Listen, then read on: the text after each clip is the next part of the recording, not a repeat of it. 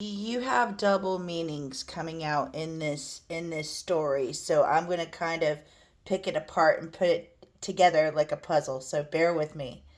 The first card I pulled out for you is the Cobra, and the Cobra in this deck stands for somebody that is a spiritual teacher.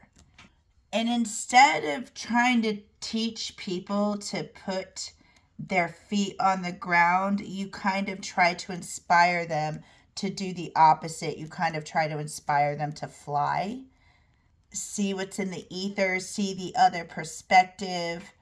And also, you try to teach people to trust their intuition.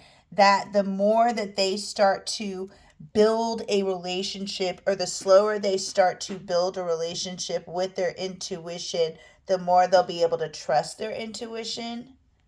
And also, you base a lot of what you do on your intuition. It's almost like it's even difficult for you to plan things because emotionally you have to be pulled in that direction. You've got to feel good about doing it.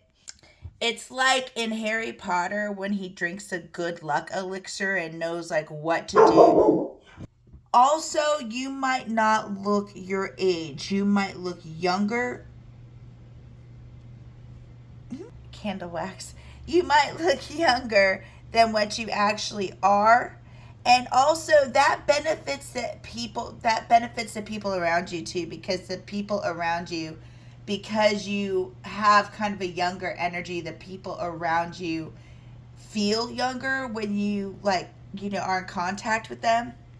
Also, it looks like that you've had to step into your masculine energy and kind of step out of your feminine energy because the person that was supposed to be in their masculine energy wasn't reliable, couldn't do it. So you kind of had to step up and take on the masculine and the feminine role.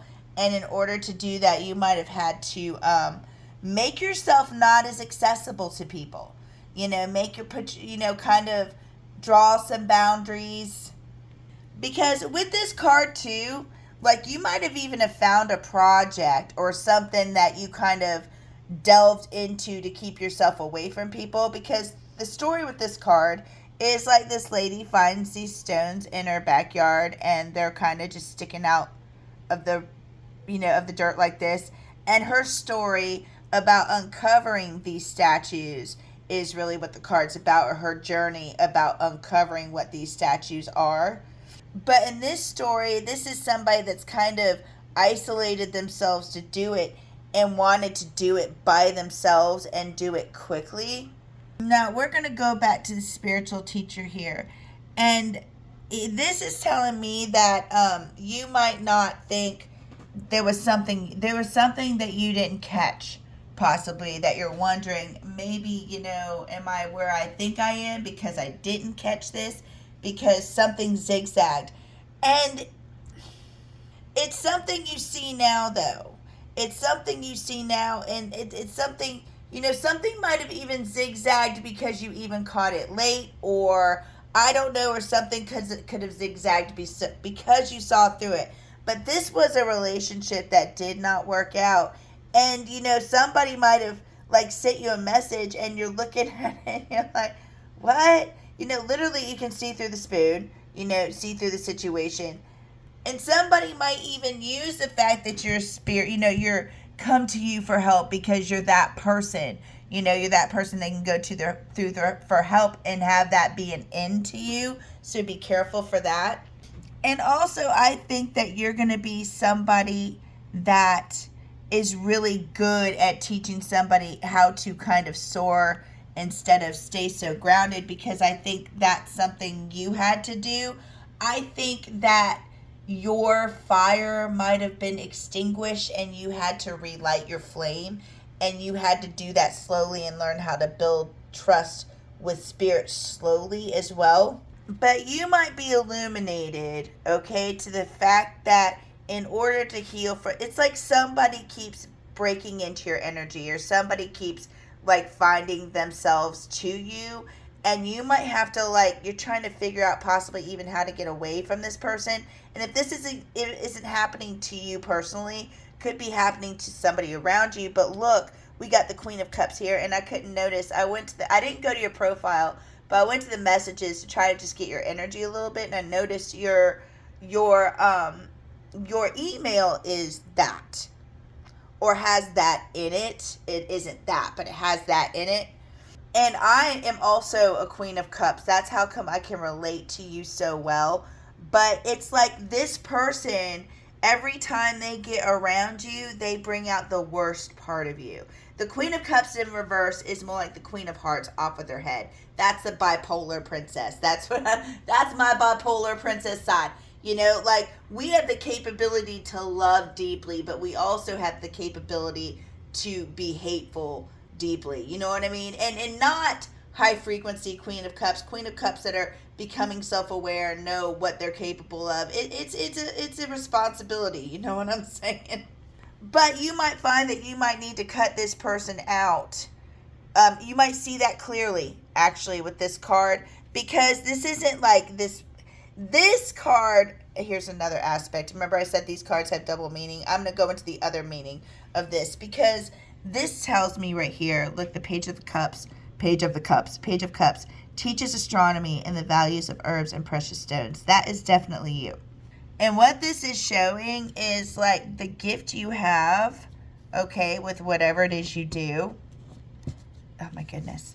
Is you have the capability of showing, like, describing another world to people. You see how this is underwater, and it's a totally, being underwater, the physics are different, everything's different, in the ocean compared to, and plus it's in your element. That's water, right? Cups. So you have the knack or the guidance of another world that other people don't know of, and so it's kind of your job here to be of service or guidance through that world, and that's kind of what you're here to do. And honestly, like when I was dealing these cards out, this card fell on this card, and this card came out 2 times, and I put it up the last time because it kind of popped up on the side. It kind of like popped out like after, and so I put it up, and then it came out again. So, and then the 10 of Pentacles landed on this card like that. And this is important because, am I filming? Okay, I was like, God, please don't tell me I lost that. This is important because the 10 of Pentacles is all about legacy. And I think you're so good at something. Come here. I think you are so good at something that you're going to be traveling to do this, if you don't already do it, okay? And I think also you might be, and that's going to benefit you, or you might go somewhere else to do this, because that might benefit you to get you away from this energy as well. Now over here, this card talks about unconditional love. And what I think you did have one person in your life that was your advocate, whether it been a grandma, an aunt. I think you had one person in your life that truly showed you what unconditional love was. Okay. And I think that you might be trying to pass that knowledge on. I honestly think that you are learning. Okay, hold on.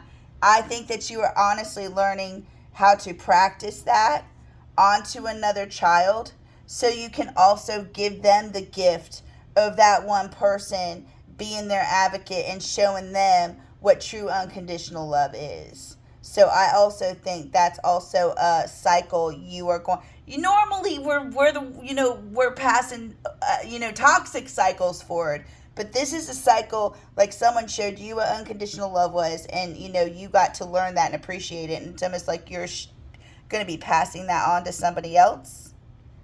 And also I think like you've had a lot of options presented to you that weren't viable, and you knew they weren't viable, so you just didn't touch them. And I think like the non-viable options are going to start to fade away with this world here, because that means an ending of the cycle. It's like Spirit's going to come and siphon off all the cups that aren't viable, so you'll know, okay, that's where I need to go, right? And one of the main messages that they wanted me to tell you is stop being so nice. I was like, what? What did you just say? Excuse me, I'm sick. Stop being so nice.